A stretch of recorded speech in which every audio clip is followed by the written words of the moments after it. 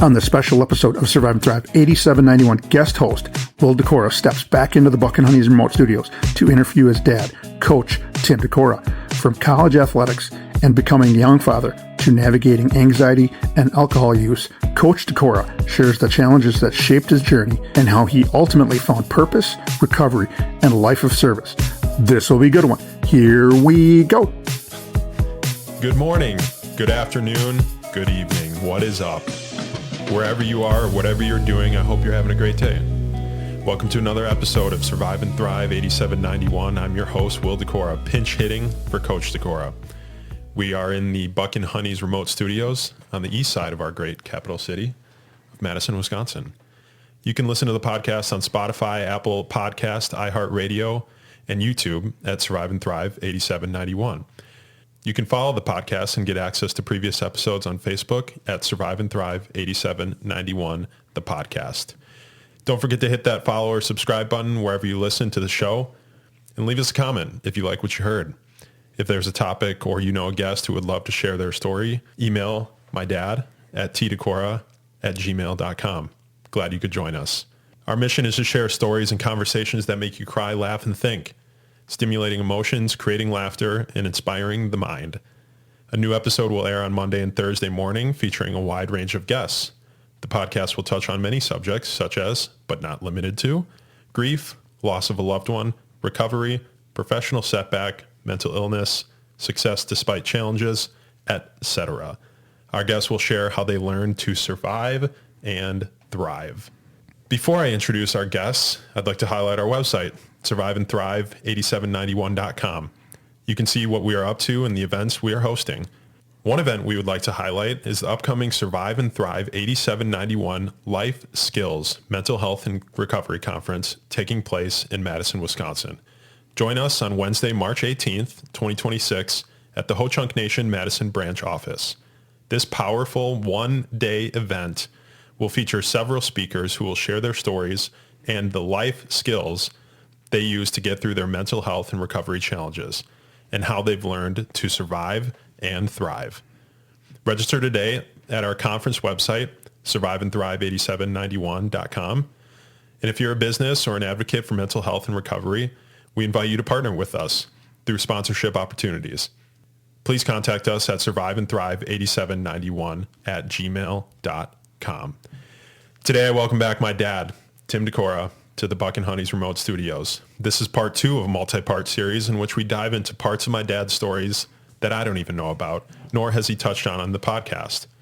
In the first episode, we heard about my dad's early years, learned about his upbringing and some of the incredible challenges he faced, and some stories about his high school years. If you missed that first episode, I would encourage you to go back and listen. In this episode, we'll hear about his experience in college, becoming a father at age 22, joining the professional world all the way up until seeking sobriety for the last time in 2021. Welcome back, Dad. Glad to be back. We don't have the nice transition from the first episode intro, so we'll just jump right into the banner. We're just going to jump right into the banter, but more importantly, I don't know what episode it was on, probably at the end of the college season in late May or June, that in the chair that you're sitting in, I had Max Weisbrod sitting in, talking about transferring from the University of Northern Michigan to the University of Northern Iowa. I think he likes to have that Northern in there somewhere. And we're shooting on the Sunday, March 8th. And in the background, we've got some TV going on. And Northern Iowa just captured the Missouri Valley Conference tournament championship. And based upon that, they get an automatic bid into the NCAA tournament. And this is, so Max Weisbrod, just to go back a little bit, and you know who he is, and that, certainly know his dad from competing against DeForest all those years, but he's going to play in the NCAA tournament. Very much like you did. You get to experience that a little bit, but that is so cool. And the fact that I know his dad, and I've known Max probably since he was born, that he was a guest, and I want to congratulate him on getting in there. And I believe he starts for Northern Iowa, so totally cool. And as you know, this is a great part of the year. We're shooting in March, and Selection Sunday is coming up next week, and then the brackets and state basketball tournament. It's just a great time to be a basketball fan.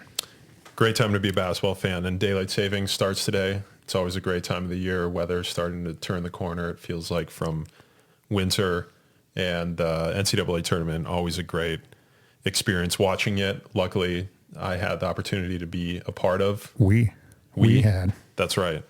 We had the opportunity to be a part of some NCAA tournaments. Super fun, very vivid and fond memories of March and what that's all about. Yeah, So, I want to squeeze this in. So went up to visit some aunt and uncle and grandma, mother-in-law this morning before we started shooting this thing. And on the way up, I reached out to a guy by the name of Dean Vanderplas.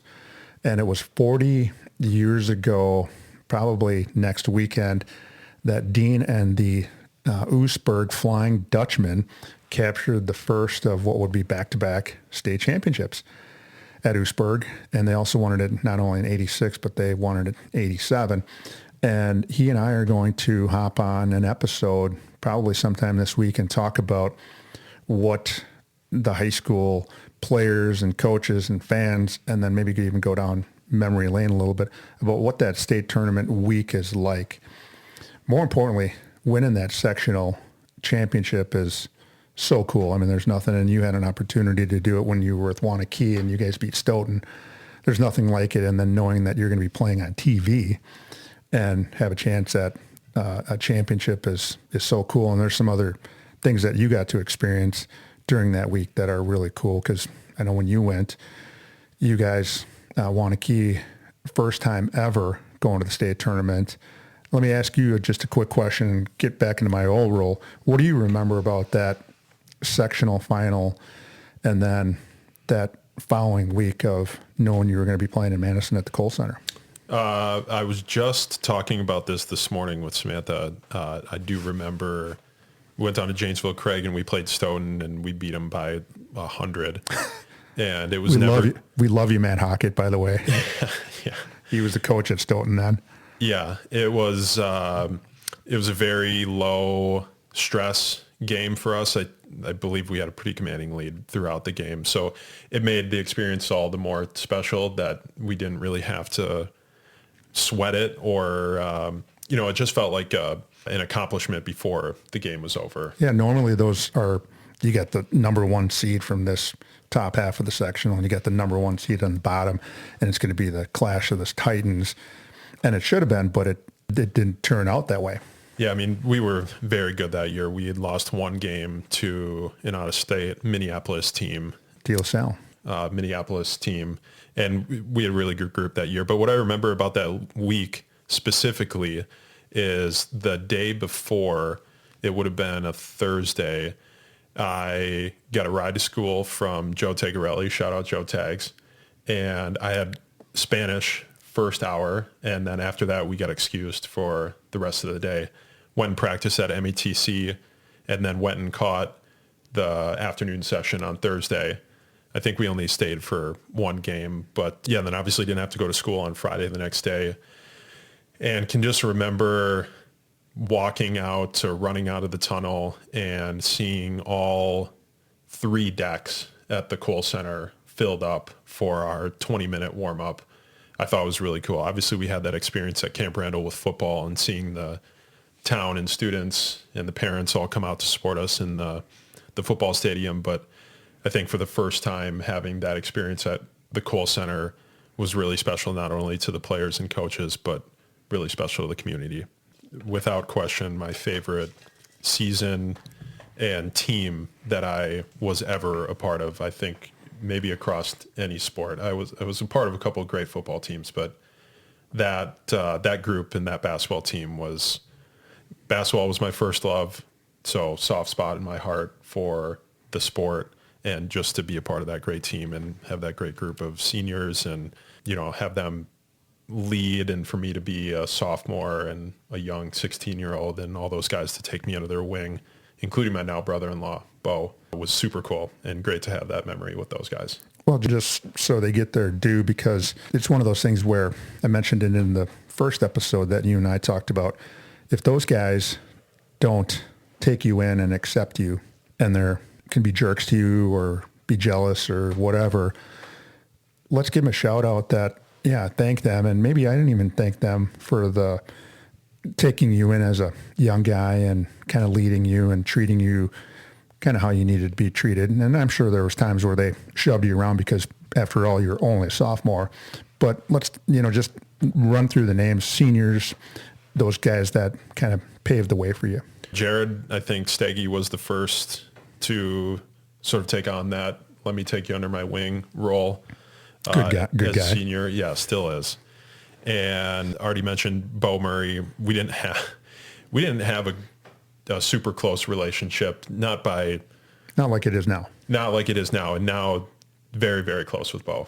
We just had a great conversation last night. He was over at our house for dinner. And so Bo, Jared, Zach Hoagland, also another great friend. Spent a couple Thanksgivings out at his house in Denver when we lived out there and did not make it back. So that was a cool, experience to have. Austin Molly, obviously got to know him pretty well in football when I was on the team my sophomore year that year, but then also, got to be a teammate with him on the basketball team as well. Soap Daddy, Jacob Soper. Mm-hmm. And I think it was Ross and Andrew Dorscheid were the two other guys that came off the bench that year for the other two seniors.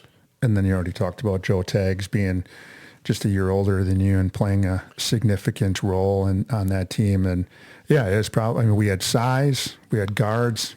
Obviously Jared Steggy, he sat in your chair talking about his ride through high school and college football and basketball. And then he goes on to be the WEAC Player of the Year in Wisconsin, the Division III league that's here in Wisconsin.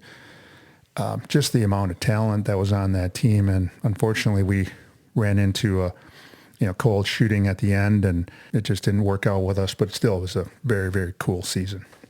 Well, as much as people would like to probably continue to hear about our March Madness memories, we should get back into the episode. How do you feel after episode 1? Got some great feedback, both online and in person. Had a couple people reach out to me via text. Actually had a phone call about it, just saying what a cool story. Never knew all that stuff about your dad. It was really great to hear from his perspective, the story. And, from your point of view, how do you feel after that? And what were some of the feedback that stuck out to you? Well, I think, first of all, you did a really good job maybe you did a too good of a job of asking questions I never really thought of, that you were able to conjure up some things. And then once you start talking about either the highlights or the lowlights of your life and things that may have been bottled up that came out, probably was like a therapy session for me, where I didn't talk about some things in public as much as I did then, and more so now because of the number of listeners and followers that we have, that more came out than I thought. And the message I think I want to share is that how much, like a little bit of a weight was lifted off my chest or shoulders when I started talking about some of those things, and in particular talking about my brother. And it's been 21 years since he passed away from, some of the mental struggles that he had. And it got me to go down that, and I reframe it that I don't get sad when I think about him, which I used to do. I was happy. I was good thoughts when I was talking about him, and kind of made me smile in the back of my head thinking about those conversations. And I wish we could have that where I pick up the phone and call him up, hey, what's going on? We talk about basketball or football, but it generated a lot of good feelings. And then the other thing too is, like you said, I got a lot of face-to-face comments and feedback and messages, and how people really enjoyed it or were looking forward to it. And yeah, if you could bottle all of that up, it was a week of kind of good feelings of how things went, and the number of people that were, I can't wait till I hear the next episode of what you guys are going to talk about. And I said, yeah, I can't either. So here we are talking about it. Yeah, nothing but positive feedback. There wasn't anybody that said, oh, I didn't enjoy that. It was actually more rewarding and more positive than I thought it was going to be. So it was cool. Great. Well, and thank you again for agreeing to do this in the first place. I didn't know what to expect going into that first one, but definitely felt like we had accomplished a lot, and it was great to hear some of that stuff. And I've heard bits and pieces over the 31 years that we've been together, but it's cool to hear it all at once and in a chronological order that's easy to follow. So thanks again for doing that. Thanks again for returning. Yeah. We are at your house, so it was pretty easy to corner you into another Come back one. down here. Yeah. Well, I did have a couple of people say, well, when is Emily and when are Sam going to get behind the mic? And of course I didn't think about that until afterward, but I did ask Sam if he would be interested. And he's, oh, no, not quite yet. Not yet ready for that. And I haven't asked Emily, but I'm going to venture to guess that she's probably in the same boat. So yeah, we might get the other siblings and maybe your mom behind the mic someday, but in due time, it'll happen. Well, before we get to the second episode in this series, I need to talk about our sponsor one more time. Our sponsor, Buck and Honey's restaurants, are a place that people can escape to with great food and a great drink menu, 5-star customer service, and a welcoming and vibrant atmosphere. People keep coming back. With locations in Sun Prairie, Monona, Wanakee, and Mount Horeb, most communities in Dane County, which encompass the Madison metropolitan area, can get to a Buck and Honey's within 10 to 15 minutes. So let's continue the story. We left off with some stories from your high school years, some accomplishments that you had went through, both academically and athletically. And in the fall of 1987, you decided to attend the University of Wisconsin, Platteville. What went into that decision to attend there? I guess, was college always the plan? Was that something that came about later in high school? And what was so special about Platteville that drew you there? I guess when I think about college, and even to this day, when I read somebody's obituary, in particular from the Dells, and I see that back in 1957 or 1965, when they graduated from high school, they went to the University of wherever, University of Wisconsin, Whitewater, Eau Claire, that they went to college and got a degree, 4-year degree, and started their work life.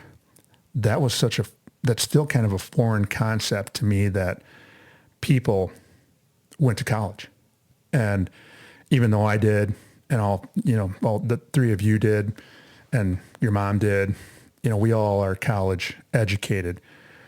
But that was such a foreign concept to me, and it still gives me the willies that I went to college. And my mom tried to go to college. I don't think my dad did. Certainly my great uncle and grandpa, they just went into the work world. And so I don't know when it was. It's probably 1980 or 81 where I started thinking about, I want to go play college basketball. I want to go play college. It was really basketball first. And then you start playing and you start getting good. And, we talked about me playing freshman varsity basketball, which didn't happen. And then my sophomore year, I got to play as the starting quarterback on the football team. Now I was not only thinking about playing college basketball, but I was also entertaining the thought of playing college football. And fast forward to my senior year, I took a visit with our offensive coordinator who went to Platteville, and my best friend from high school. We both took a visit to Platteville, and it was the first place that we went and fell in love immediately. And I was originally going to go to Platteville to play football, and met with the college coach who was at that time George Christ. And if that name rings a bell, he is the dad of Paul Christ, the former Badger football coach. And he recruited me, and he also recruited my best friend. And we went down in the fall, and this is I think where I want to go. It was beautiful, a nice campus, and the coaches were great. Unfortunately, George Christ made a bad choice, sort of, by introducing me. He said, I'd like to introduce you to our basketball coach. We just hired him 3 years ago. His name is Coach Bo Ryan. And I looked at him, and Coach Ryan looked at me, and he says, I know you from somewhere. And I said, I went to Steve Yoder's basketball camp, and you were one of the coaches, and we talked for just a second. Yeah, you're that Decorah kid. And, hey, good luck this season. How are you guys going to be? And I said, I think we'll be all right. And I didn't know we'd win the state championship. And lo and behold, we win the state championship. And I had to make a choice between, my initial thought was to go and play both football and basketball, and they were going to let me. And then with the success we had on the basketball court, it became evident that I wanted to go and play basketball instead. And it came down to Platteville and UW Oshkosh and UW Stevens Point. Oshkosh was going to be for football. Stevens Point was just going to be basketball. And so Platteville won out when they said I could maybe do both. And then after the basketball season, I decided to just stick with basketball. And it was a tough phone call I had to make to Coach Kristen that I think I'm just going to come to Platteville and just play basketball. And because of the very kind man he was, he said, Timmy, if you ever want to come back out, we would definitely have you out and would love to have you on the part of the football program, but I understand. And I also took a coaching football class with him. And I thought, is he going to be angry with me, mad with me, give me a hard time? Not at all. He was just that's just the kind of man he was, and respectful, and we had a great relationship. But yeah, as you know, Coach Ryan can sell seawater to a dolphin. So yeah, I was very into the basketball thing, and it fortunately worked out for us. Yeah, I would say so. So you walk onto campus fall of 1987. What were those memories like? What do you remember from that time? It was nice that, like I said, I went there with my best friend since first grade, David Shumway. And, we were teammates in high school, both football and basketball. He's basically a brother from another mother. And we go down there, and instantly I knew probably 20 or 30 people because he had already been there since the beginning of August with football practice. So it was very good that I got to meet a lot of people through him. He was my college roommate those first 2 years that we were living in the dorms, so it was very familiar. And I also had Coach Ryan as my, he had to take a PE class back then, and I took the 1 credit basketball class. So I had him right away at 8 o'clock in the morning, and that transition of being around him right out of the gates was really cool. And Platteville was just a great place, and there was a lot of familiarity with people from other communities nearby.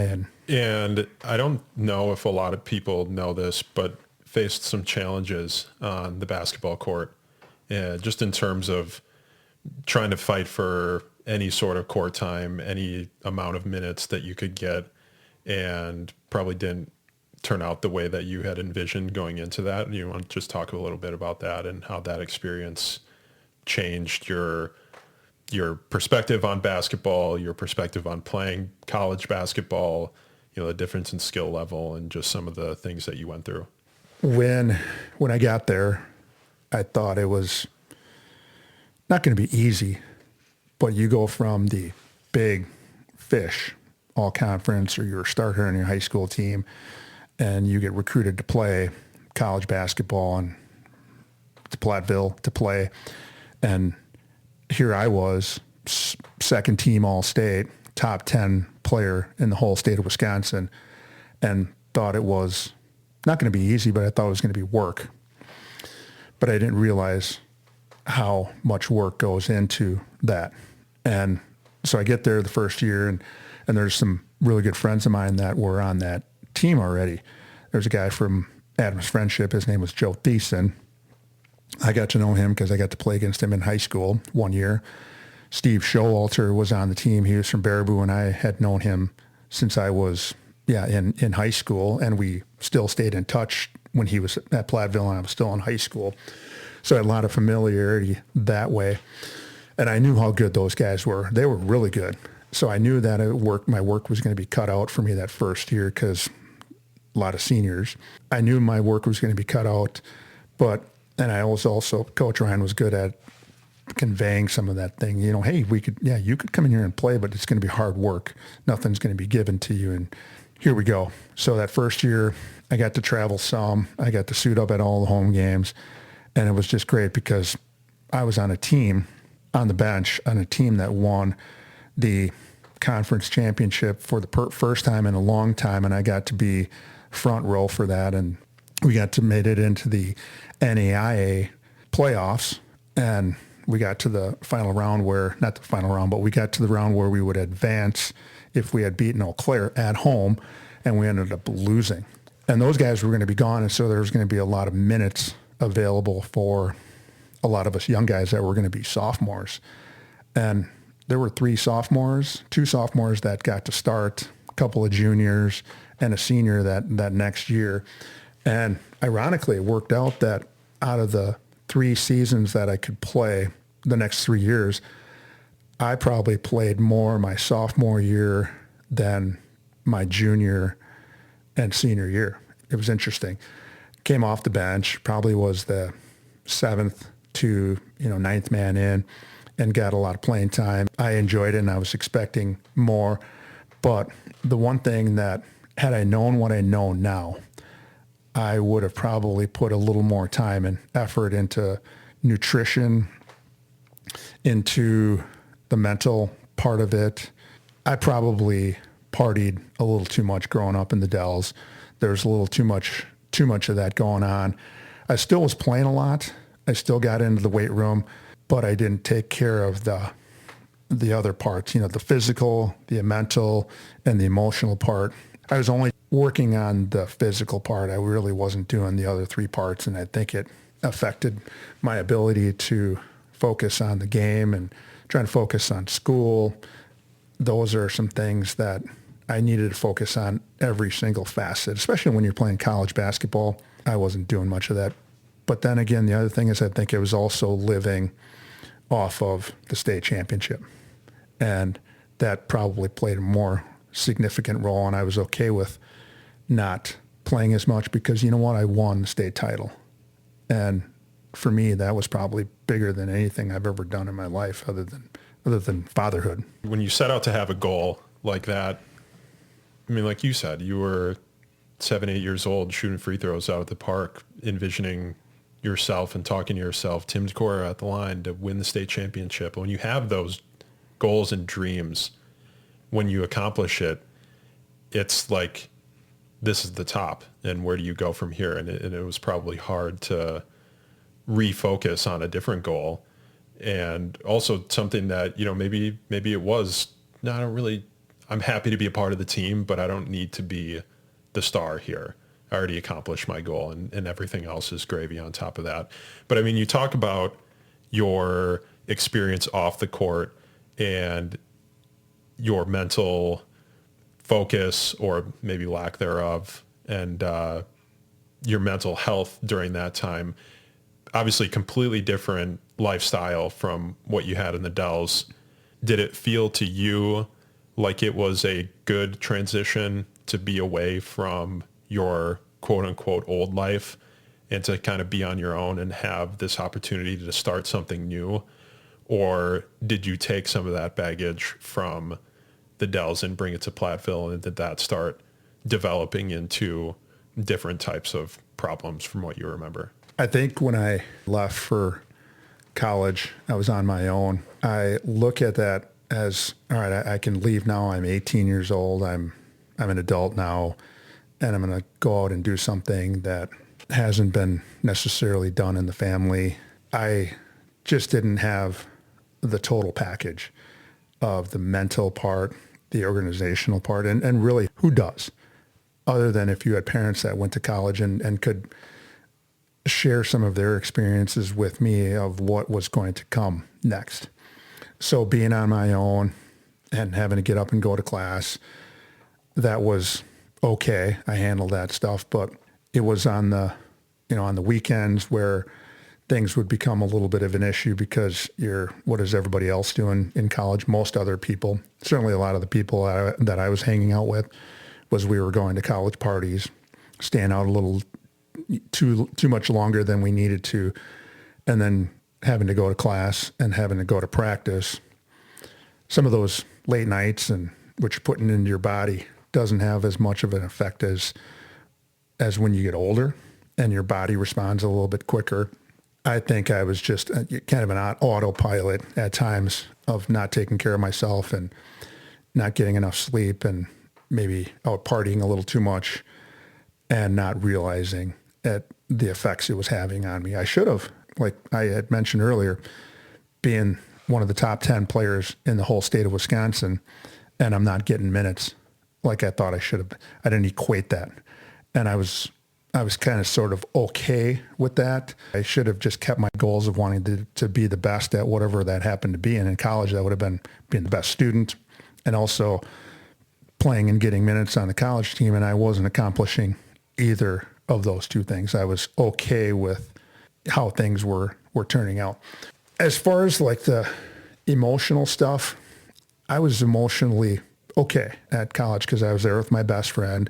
I was there with teammates and coaches that cared about me. So you said in college you feel like you were mentally strong and that you were making good decisions, or that you were just living like a normal college kid lives. And I guess when did it become apparent to you, and maybe this answer is more clear in hindsight, that this wasn't the norm? Or when did it become, this isn't just the way, like I'm good mentally? When did it start to transition into, hey, I'm starting to have these challenges mentally. I'm starting to feel anxiety. I'm starting to realize that partying and having fun in college is now spilling over into, well, it's not about partying and having fun. It's about dealing with this anxiety or this emotional or mental challenge that I'm going through. My sophomore year, we finished up and we moved back. Sophomore school's done. Exams were done, and you headed back home for the summer, and we went home and we had to make money, and we started working and brought a teammate of mine home with us because he wanted a summer job as well. And so we lived on what's considered the property at the Tommy Bartlett Ski Show. We lived in a trailer home, and there were two or three other guys with us, and we each had our own little room, and we partied quite a bit that summer going into my third year of college. And there was one night where both him and I, we just said, hey, we got to get out of here because there's people coming to the trailer every night and we can't keep doing this. We just got to get out of here. And we went to a movie one night, him and I, my buddy Steve Swanson, we call him Swanee. We ended up going to the drive-in movie and caught a couple of movies. And the next day, where were you guys last night? And we stopped over and you guys weren't around. And we just said we just needed to get a hold on this thing, and we got to stop doing this every night. And we, most of the summer we were doing that, and we were still working out, but it kind of cancels things out when you go out and party, or when you're doing stuff that you're not supposed to be doing, like you're not getting your rest, you're not eating correctly, you're not working out as much. It almost, the improvements you made on the court or in the weight room, like that all canceled. You went like Control Alt Delete because of the partying that you were doing. So you weren't getting better. Maybe you were even getting worse. And I think that summer I started to think to myself, can't be living like this all the time. And there were times where then I would go home and stay at home, even though that was a tough place to be. I'd go and spend some time with my little brother and hang out with him versus staying at this trailer park that we were in and partying. And it got to a point where, I can't be doing this all the time. And then once you start to get some, you clear head and you got some couple nights of sleep, and then all of a sudden that kind of goes away and then you go back to it again. I think it helped a little bit that junior and senior year that now I'm getting into the physical education part and everything's getting a little tighter with school, that it's, you got to grow out of that somehow. And I started to do a little bit more of that, but in hindsight, probably not enough. And then I don't even know how much of the anxiety that I had of my brother being there and me being on my own, how much of that was being masked by these good feelings of college, and also the alcohol use that I was doing in college, how much of that was, nullified by, good feelings of things that aren't always going to be there. Well, Tommy Bartlett Ski Show did bring you something that was pretty influential in your life and life-changing. You met a special somebody there. Was it that first summer that you went back after your sophomore year, or was it the summer before that? And tell us for the listeners and for my humor, tell us who that person was. That special someone was Sarah Suzanne Cook. And that first year I was in college, you go up the ladder. You spend some time on the maintenance crew or the car parkers, and those are the monkeys. That's what they were called. And you just kind of do all that stuff, picking trash and digging holes and moving dirt. And then after you move it, they say move it back, and they're just trying to keep it busy. Or on your resume, it said automobile placement engineer or something. Automotive placement engineer. Automotive placement engineer, yes, yeah. I was a car parker. And then you go into the snack bar and you work there. And then eventually when they trust you to handle a lot of money, you become a ticket seller. I could have probably skied. I was probably athletic enough. I could have probably got on the ski team, but I chose to be a ticket salesperson, and you work on commission, and did very well that first year. And then the next 2 or 3 years did really, really well. And it essentially kind of paid for college and room and board and all that good stuff. But that second year, I started working once in a while with your mom, and we got to be good friends. And yeah, spoiler: Sarah Suzanne Cook is now commonly known as Sarah Suzanne Decorah. If any of you missed that. So we worked several shifts together, and she thought that in high school she knew me as Tim Decorah, the arrogant athlete, and really I was just a introvert. I didn't want much to do with anybody other than I'm just there to go to school and play sports. And I had my, niche of friends, but she was a year older. So she was friends with a lot of my teammates, and she was friends with a couple other older sisters of teammates, but we just never crossed in high school. I knew who she was. She knew who I was, but that was it until we got an opportunity to work with one another. And I realized she had kind of this electric personality. And I think it was reciprocal that she, we had humor together, and, we just liked working together. We could communicate well with one another, and to boot, she's soft on the eyes back then. And then still are, Mom. She still is. End of the summer in August, we decided to go to a coworker's wedding in Reedsburg. And she asked if I would be, do you want to go to the wedding? I went, oh, absolutely. And all along, I think we went to the wedding, and, we partied a little bit, and we danced at the wedding. And I was going as a good friend, a buddy, a coworker. And lo and behold, she had it in her mind, and we found this out. I found this out a few years later, that she was hoping that was actually going to be a date. And I was just looking at it the other way around, and maybe I should have then. But then the following year, somewhere along the line, we were out, came back on winter break, and took that relationship more than a friend, and we started dates and out at the bars, and then that would eventually turn into, we started dating. Instead of just good friends and colleagues, it was now we were a couple. And then fast forward to 1990, going into my last year of college, 91, we found out that she was pregnant. And, it was so cool. You don't expect that to happen, but it did. And we had to take a few months to figure out what we were going to do. But ultimately, we decided that we were going to have a child together.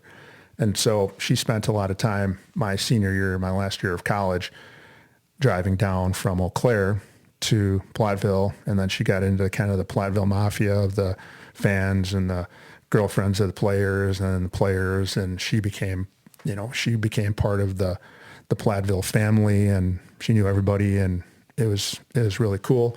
But she didn't get to know everybody as much as, the average person, because she was with a child, and we consequently didn't do much, stayed at our house quite a bit. We'd still go out a little bit, but it wasn't like it had been in the past. And it was probably a good thing that had happened, because now I was getting ready to be done with school, and I had to focus a little more on potentially, I'm going to be a father and potentially a husband. So I got to really buckle down on the school. And it actually, in hindsight, really maybe concentrate a little more on the academic, taking care of myself a little more. And then really the basketball was third at that particular point. It was her and school and the upcoming child. So April of 1991, you guys welcomed in a little girl, Emily Sue, to the world. What do you remember from that time? Obviously, you graduated just less than a month later. It would have been probably a week or two after that. And what were your plans for after that? How was the first taste of fatherhood? I know you had the experience you mentioned with Troy and taking care of him. So did you feel at home right away? What was that transition into fatherhood like for you? So let's go back a little bit. We're thinking she was born on April 29th. It was a Monday night. I happened to be in the Dells that weekend and met up with her, and we decided to take a boat ride. There's this family friend, John Van Wee, decided, well, hey, we need to speed up the process, so we're gonna go for a bumpy boat ride. And I don't remember exactly who was all there. It's probably your grandma, Mary Alice, and John Van Wee, and probably Joanne Van Wee, his wife, and your mom and I, and we decided to take the boat and go up on the Wisconsin River in the Dells, and we're bouncing around, and we're going to get that baby out of there, John said. And finally we get ready to wrap up, and hey, I got to go back to school. I got some school left. And John decides to take the boat, and all right, we're going to do some circles, and we're doing circles just above the dam in the Dells, probably at least a good 5 or 10 minutes of circles and bouncing around, and we're getting tossed around inside the boat, and nothing happened. So I ended up having to go back. I think I had to give a speech the next day in speech class, and called your mom the next day and said, hey, how's it going? And she said, I think that boat ride might have did something. I'm just not feeling quite right. And I said, well, just let me know. And I had to go and give a speech that night, and I hustled back to the house and called her up, and she said, we're on our way to the hospital. I think it's happening right now. And I'm like, oh boy. So I ended up having to get in the car, and I don't know if I borrowed a car, but I drove back to Baraboo, and I got there in time with a basket of fries from McDonald's. And then I went, and yeah, she said, get those fries out of my face. And a couple hours later, and in came Emily Sue Decorah into the world. And yeah, what a special evening that was. And cutting the umbilical cord, seeing her come into the world was so cool and excellent. And then I think I had to go back to school the next day. A couple days later, I had to go back to finish out semester exams. And you talk about the fatherhood part. Having had that experience of helping raise my younger brother and knowing how to change diapers, how to make a bottle, and understanding what crying means, I think I automatically knew that kind of stuff. And so I did it. And then we could focus on all the other things of making her happy and playing with her and getting a ball out and doing all those things that what I thought dads are supposed to do. And it was from day one, it was amazing. Good. Yeah. And then, so you graduate college and you take a job in Hillsboro, Wisconsin as the head basketball coach, but also phy ed teacher, gym teacher. What was that decision process like? And I guess just take us through like your first experience in true adulthood, post-college, what those first years were like in Hillsboro, you, mom, Emily. Just what do you remember from that time? The cool thing was when she was born, we were trying to figure out what we were going to do as parents and a newborn. And fortunately, the good Lord was looking over us and wanted to kind of set us up in a situation where we could do just that. It was your Mom and I and Emily. And I want to give a shout out to one of my mentors and one of my best friends, Dad's, and your mom's best friend, teammates. So there's a guy by the name of Tom Deal. He was the president and really the face of kind of Wisconsin Dells, along with some of the other business owners. But he ran and operated Tommy Bartlett Incorporated. And he was always a guy that looked out for me. His son, Jeff, was a year younger than me, and we were best friends in high school, teammates, and spent a lot of time over at the Deal's house. And then your mom, one of her teammates and best friends was Jill Deal, the oldest of the two children, the Deal kids. And so Tom, I don't know if he did this by design or not, but they renovated a house that was on the other side of the lake and basically let your mom and I and Emily live in this small little, really one-bedroom house. And it was great because we could practice being parents. Not practice, we were parents, but we got to do it in a home.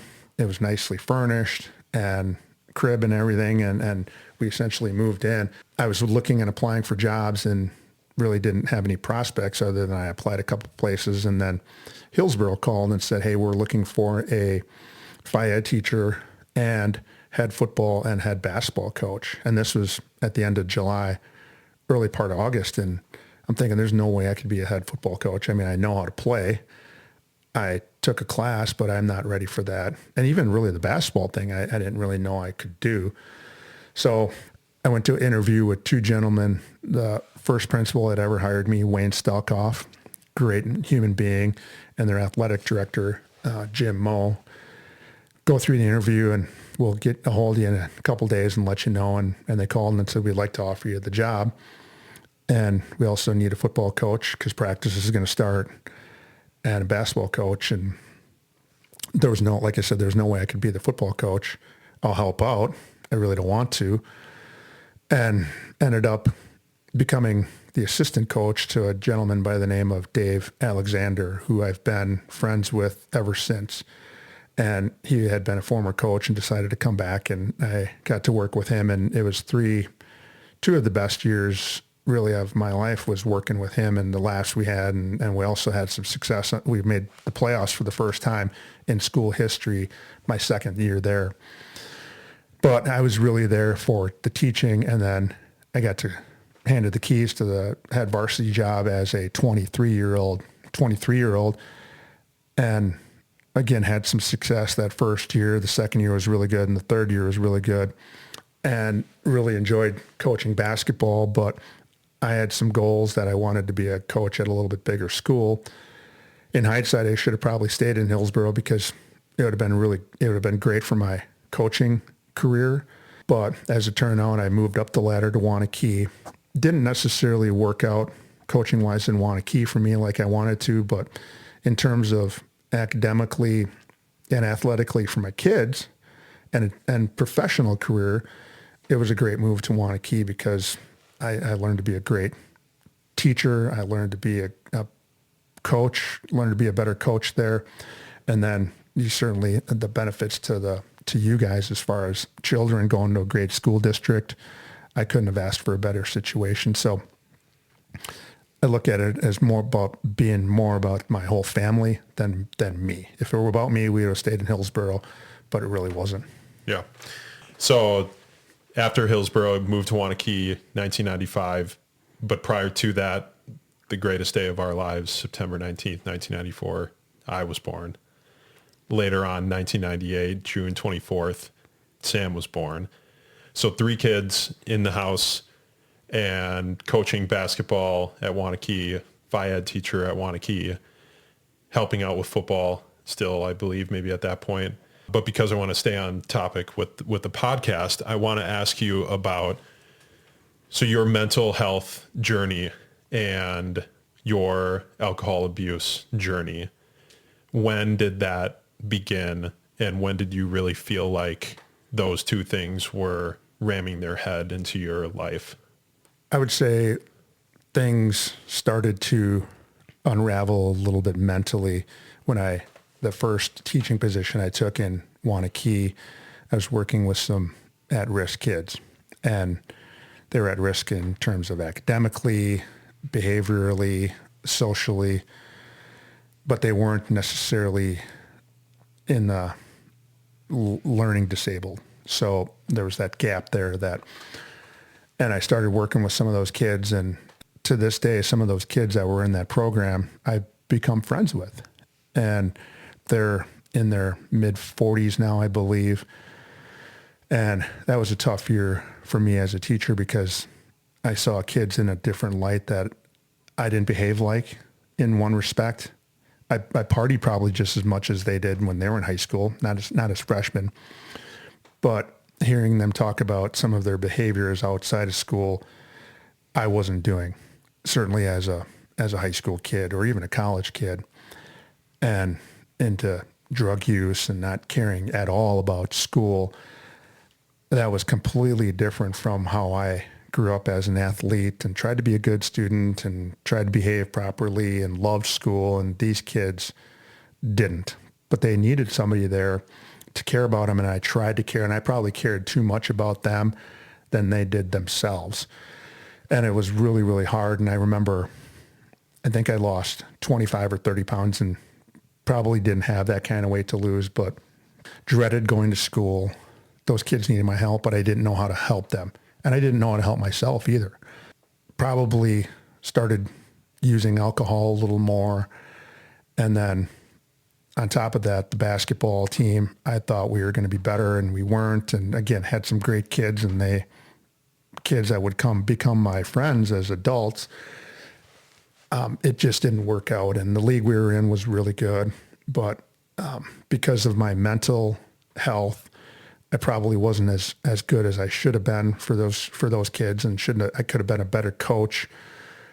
But then in 1999, coupled with something that I didn't even see, and I didn't even know, and I talk about triggers in my presentations and knowing what your triggers are, I didn't know what mine were.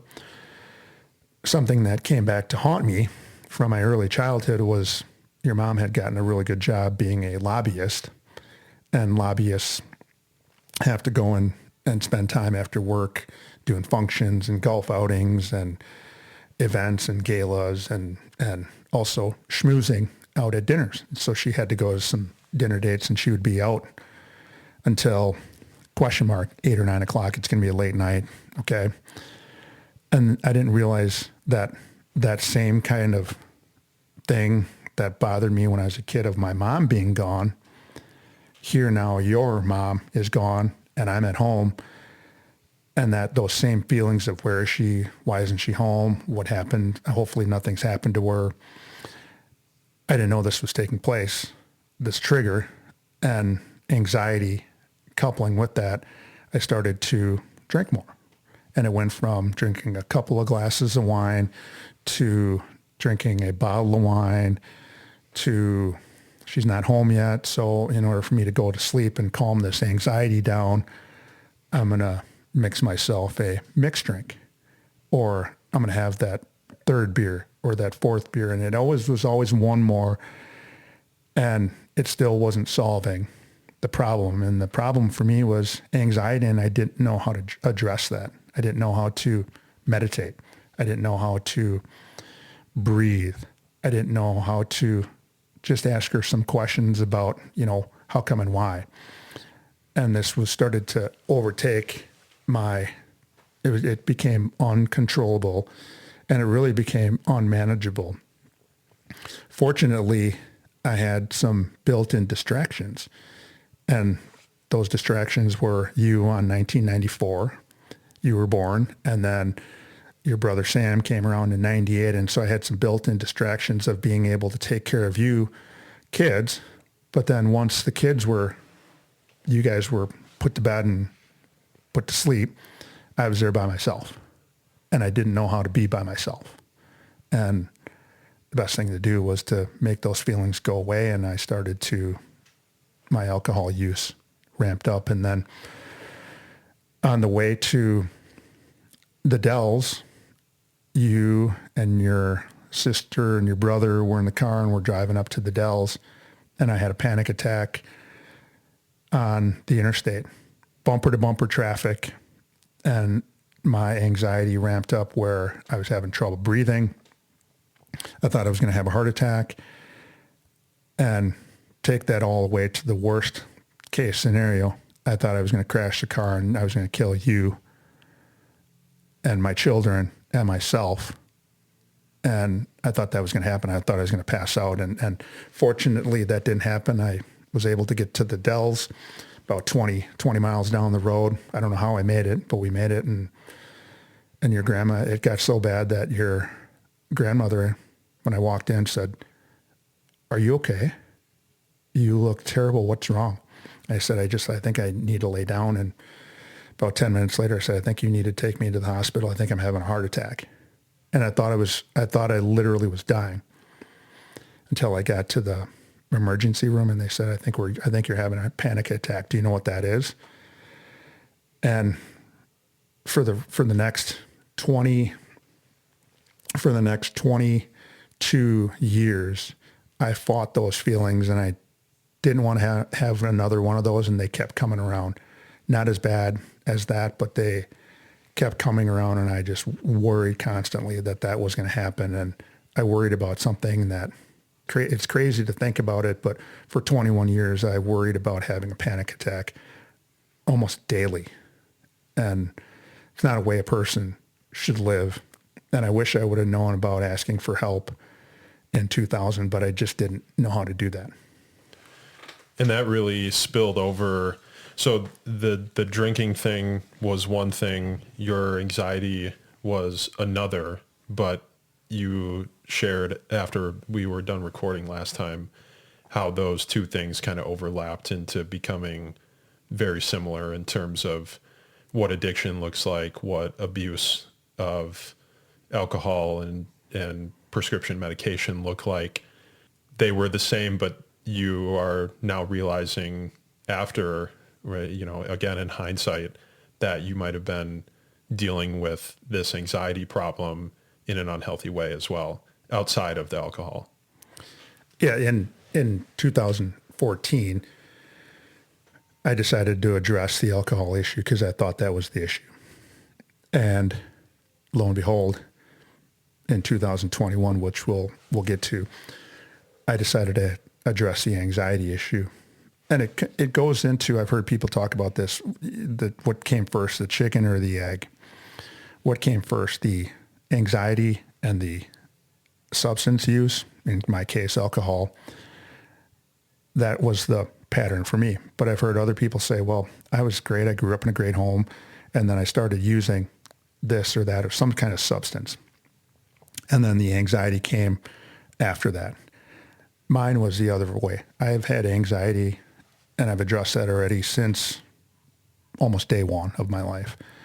And trying to control that and not being able to control that until you get to be on your own, or you become a parent and you got to worry about your kids, you got to worry about your family, you got to worry about your job. The one thing I worried about all of those things, the only thing I didn't worry about is I didn't worry about me. I didn't take care of myself. I didn't take care of my mental, emotional, spiritual, physical self. I was worried so much about everybody else that I forgot to worry about the most important person, and that was me. And once I started to do that and focused on myself, I started the healing process. And then now, because I focus on myself first, I am more available to everybody else than I was before, and in a much, much better way. And consequently, I feel so much better about who I am as a person, and all of those mental, physical, spiritual, emotional well-being is 180 degrees the other way than it was before when I struggled mightily.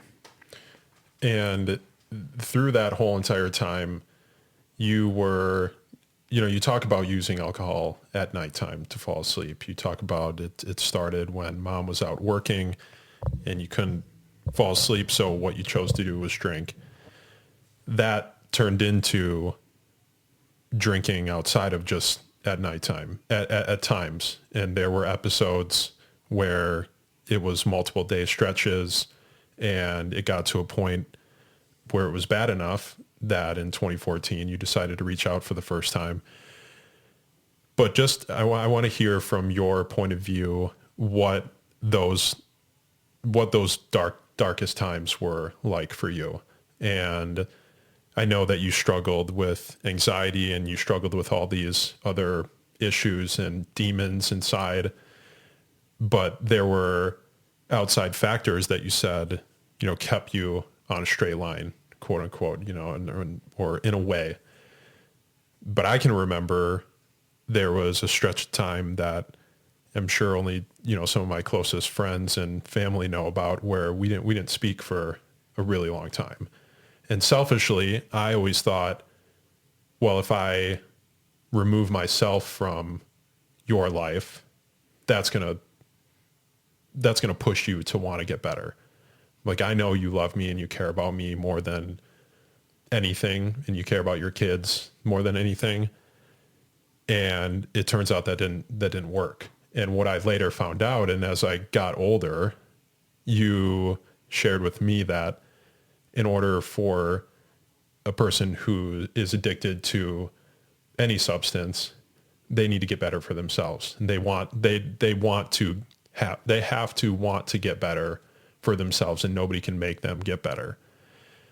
So I just want to hear, like, from your point of view, those dark times, like what was going through your head, that times where you were dealing with relationship issues with family, myself, mom, Emily, Sam, friends, coworkers, who those relationships were jeopardized in those situations. But this abuse problem and this anxiety problem was just too big to overcome, that it wasn't manageable, and you weren't able to do it on your own.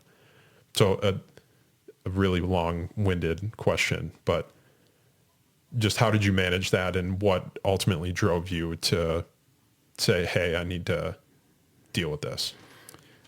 We'll go to that December 15th, 2021, and I'm sitting in my chair, rocking back and forth and praying essentially to make this feeling go away. And I would wake up after drinking the night before and have that anxiety come in the next morning. As soon as I woke up, it was waiting for me right next to my bed. And as soon as I got up, it was there. And all of the classic symptoms of, I felt like my heart was pounding against my chest. I was having trouble breathing. I was having trouble focusing. My vision was blurred. I was breathing fast, racing pulse, sweating at times. And I felt like that particular day on December 15th with no end in sight. And there'd be days where it'd be on a Sunday and I'd feel next on Monday and go to work and feel better. And then there'd be days where it was 2 or 3 days of not feeling good and not going to work or suffering through a weekend. And then in the very end, it was almost 2 weeks where I hadn't gone to work and hadn't gone to school. And I just wanted it to be over with. And I wasn't contemplating suicide, but I didn't know what I wanted to do. And fortunately, 2 of my coworkers showed up on a wellness check and a concern check and you need to get help. And I finally uttered those 3 words. I need help. I don't know what to do anymore. And I want to make this go away. And yeah, it was a situation where I was praying to God to help me. And God did for me what I couldn't do for myself. And that was to reach in my pocket, pull out my phone, call a coworker and say, I'm here and I need help. And they came back with numbers and phone numbers. And I got help on that day, went to a rehab facility for alcohol. But I got there and I decided to ask a question that I didn't ask in 2014. I said, I think I need some help for this anxiety.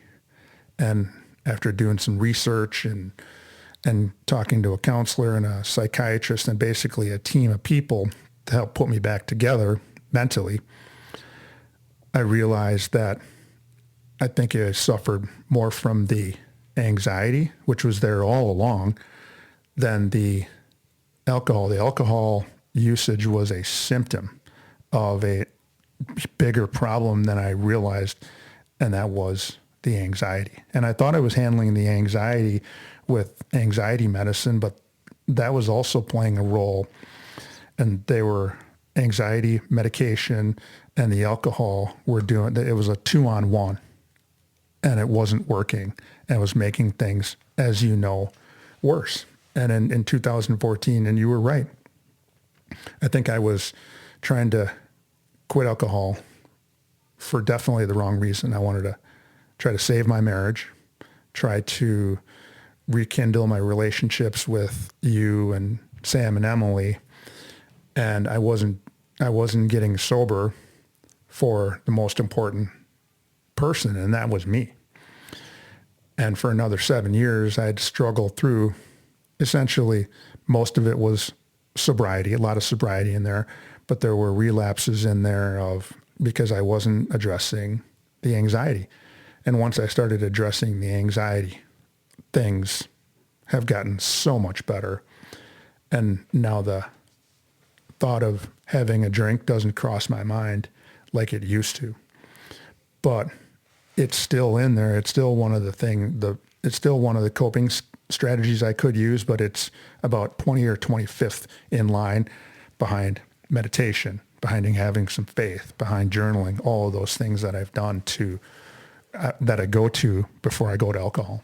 So what do you remember from pre-sobriety this time around, that feeling, or what would come into your head when you were going through a situation of high anxiety and then you had a drink? What was going through your head in those, like between those two moments? What went through your head? What went into your decision-making process that is now not something you go through? Is it just purely coping mechanisms that are now available to you that you know work? Or is it a completely different mindset that you had prior to then? And because that was what I always struggled with. And that's what I kind of alluded to with, well, why doesn't he want to get better for all of us? And you're sober, and you're sober at one point and you choose to drink in another point, in another moment, just a few seconds or a few minutes later. So it was always hard for me to envision that in my head, like what went through your head during those times.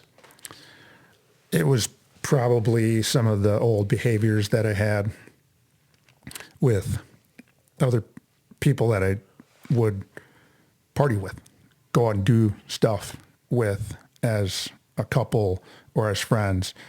There was always a common denominator, two common denominators. Number one, we're friends and we like to do things together. And then the other common denominator was alcohol. And we would go to events, get together at people's friends' houses, and that was always there. What was always there for me was those symptoms I talked about. My pulse is racing.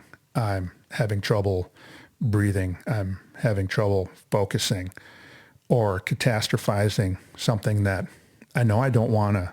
I'm going to go do these things, but I know that I don't want to drink to excess because I know what's going to happen. I'm going to feel bad tomorrow. And I would start to, go to these events and drink more and feel better. And ultimately I would start drinking, and it changed how I felt.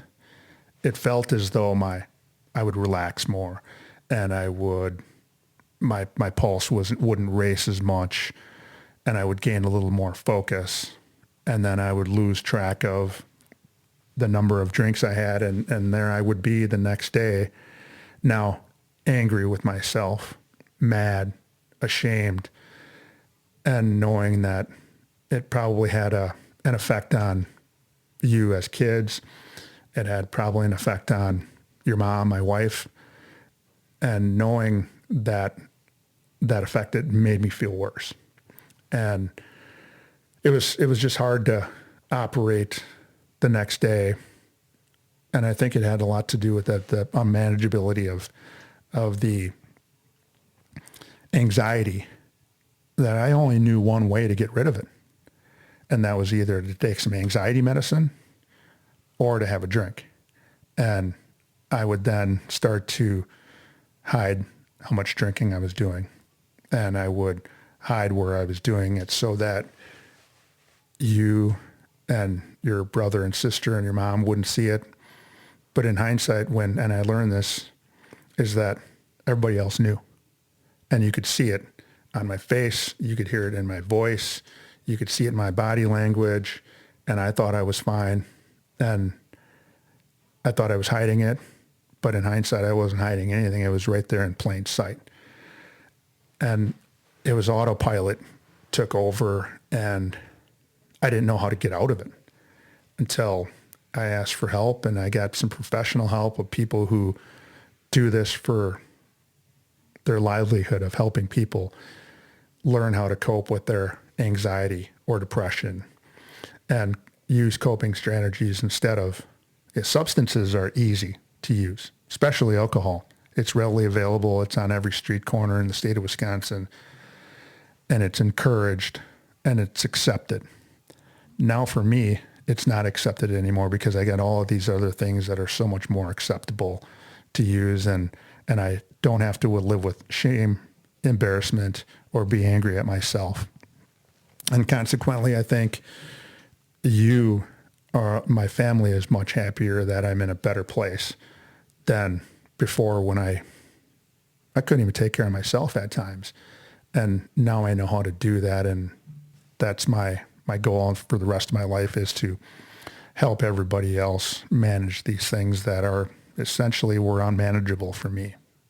It's crazy you mentioned other people knowing when you were drinking.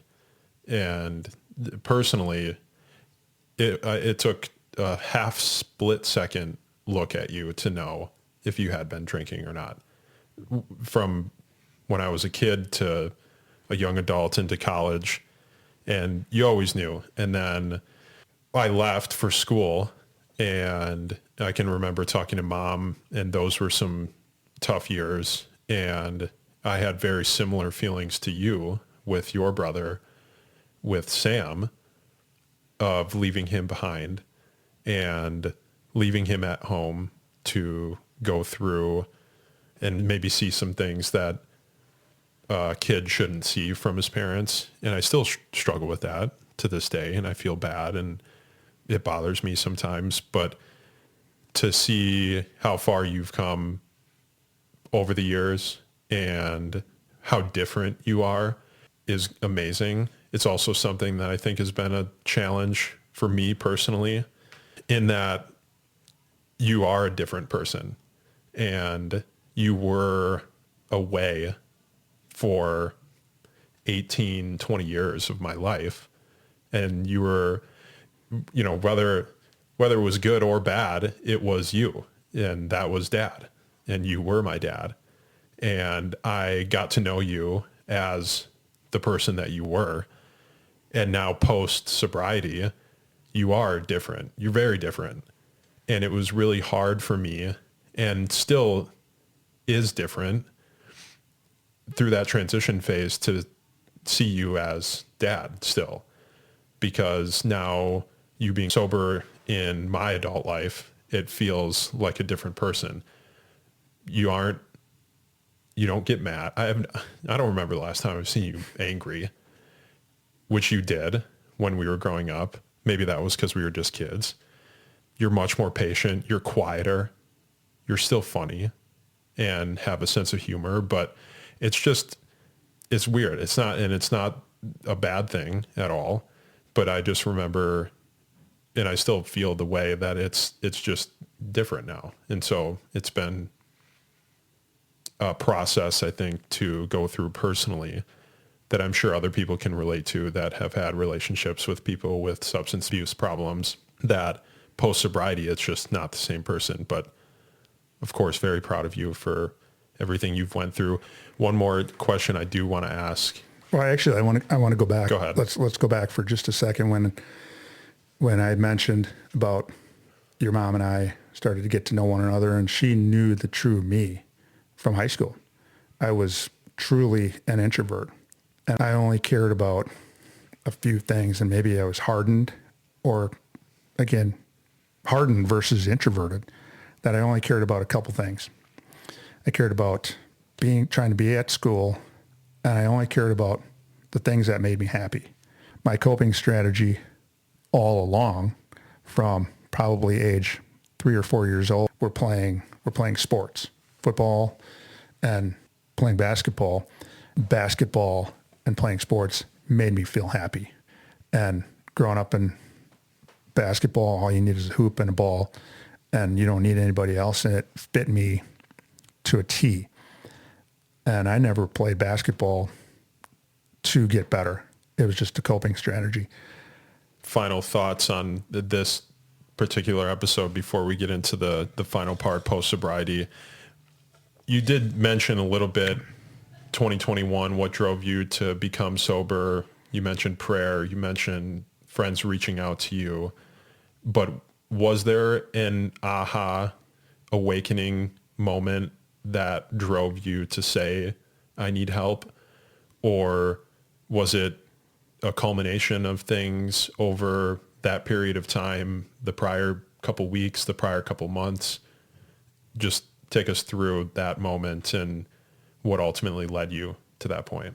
And if you don't have this great story about it, that's okay, because that could be many other people's experience. I think just the faith and that praying that I had, that prayer, the first prayer that got answered was they knocked, these two coworkers knocked on my door, and prayer one was answered for the first time in about 2 weeks. I'd been praying, make this go away, make these feelings stop, and they were there.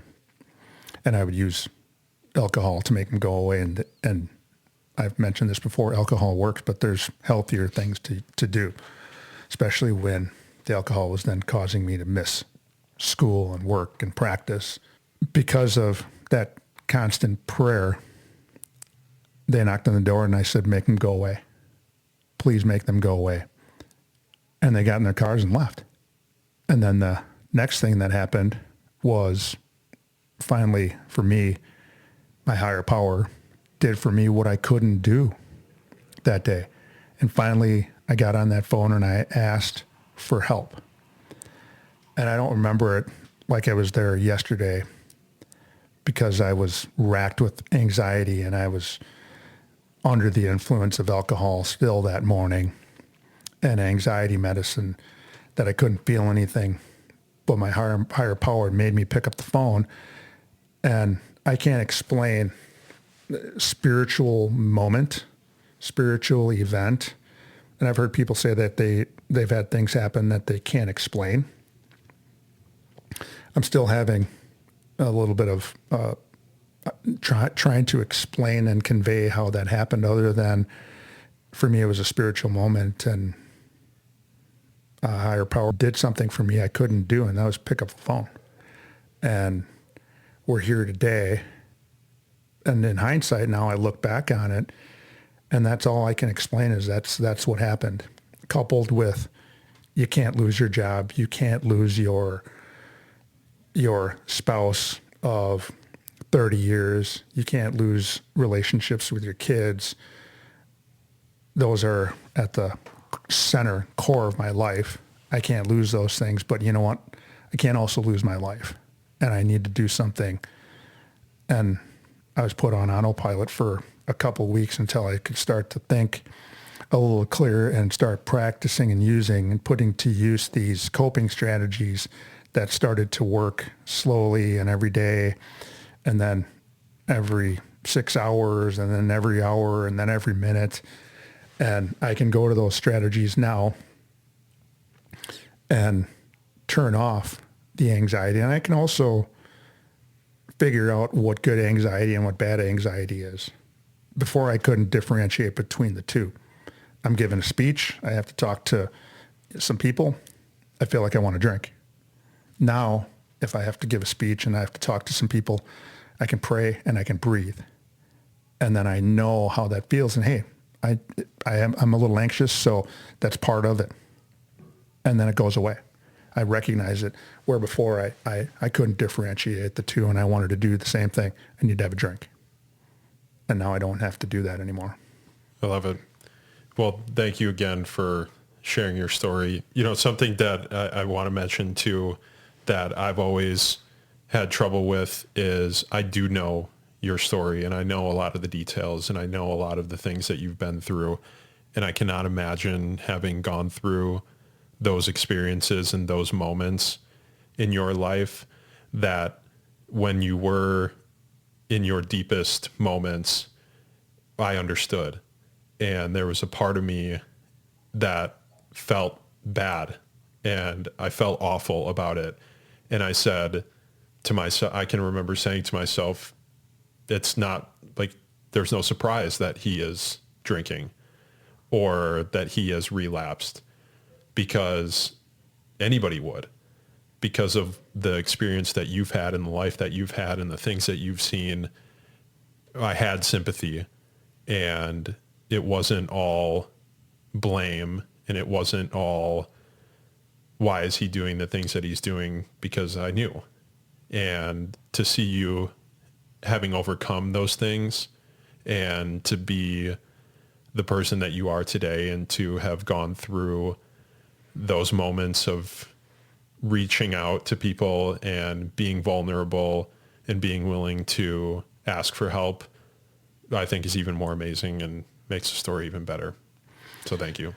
Yeah, I appreciate the feedback, because it's part of the process of, it's reinforcing some of the things I do in life, and to know that it's evident with my family members and then friends, it makes it all worth it. And I've heard people say this too, that I don't think I would have had it any other way, because it would have changed some aspect of my life, that in order to get through it, I had to go through it. And I don't know if I mentioned this on the last episode, but I've heard myself say it a couple times, is that I go through life now and nothing really bothers me. And I owe it to the younger me who got through all of those hard times, that I owe it to little Tim to do the best I can and be the best I can, because of what he had to go through to get me to this point in my life. And it took a kind of a relative from marriage to put that into perspective. And she's just a chef, a Native American chef. Of all the people I've had on this podcast, the rich and famous, the academically excellent, the elite athletes, that mantra came from a Native American chef who traveled the same life I did. And she's going through, inspired by the younger her that got through all that muck. And so I took that as well and said, I'm going to keep working my rear end off, trying to inspire, trying to help people, because of what my younger self had to go through. So I'll never give up on myself because of my younger self and what he had to get through. That's great perspective to keep. Well, before we wrap up, I wanted to shout out our sponsor one more time. Buck and Honey's has been with Survive and Thrive 8791 crew since the beginning. With 4 locations in the Madison area, one is always near. People ask, why Buck and Honey's?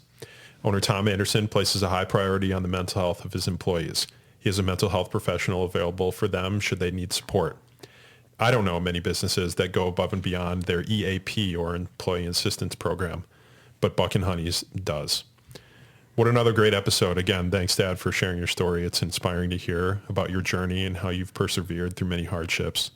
I'm sure, just like me, the listeners are eager to hear the final chapter in the next part of this series, talking about your sobriety, what went into the first moments post-sobriety, and what life is like today and what life has been like since then. Any closing remarks or thoughts from you? No, like I said, it's really given me an opportunity and perspective, that you're asking some questions from an educated person, from a person who was behind the scenes and still didn't even know some answers to questions. And I think it's important that you ask these questions because I have questions for my mom. I have questions for my great-grandmother that they've taken the answers to the grave when they passed away. And there's so many questions I have for them that I'll never be able to ask, which the moral of the story is that you're getting an opportunity to ask them. And then if you, the listeners out there, if you've always wanted to know, but we're afraid to ask a parent, a loved one, a neighbor, that maybe you should ask those questions before it's too late. And I think once you get the answers that you're looking for, you're going to be happier for asking them versus not. So that would be my advice or the suggestions I would have for the listeners. And I just have loved this. And I think the feedback has been great. And I hope this episode tickles some chords with somebody and or conjures up a thought of, maybe I should look into what I'm doing mentally, physically, spiritually, emotionally to help myself, because he's doing all right. His kid's doing all right. We're doing all right. Amen. Inspiring others to not only better themselves, but to survive and thrive. Truly. Exactly. Well, my dad, Coach Tim Decorah, just shared his story on how he's been working through an anxiety and alcohol use disorder. He wanted to share his story to bring awareness to his diagnosis and help those who can't help themselves. Once again, from episode 1, here are my dad, Coach Tim Decorah's 5 suggestions to survive and thrive. Faith, believe in a higher power. That's number 1. Number 2, practice APF, which remind the listeners. Acceptance, patience, and forgiveness. Acceptance, patience, and forgiveness. Number 3, take time for yourself. Number 4, journaling. And number 5, maybe the most important, family. On our next episode of Survive and Thrive 8791, we will welcome back my dad in the Buck and Honey's remote studios, who will share his final chapter and how he learned to survive and thrive today. If you have a story to share or know somebody who does, please reach out to us at tdecorah@gmail.com. And until next time, hang in there with whatever you happen to be going through. And with hard work, dedication, and determination, you can survive and thrive. Until next time, take care, everybody.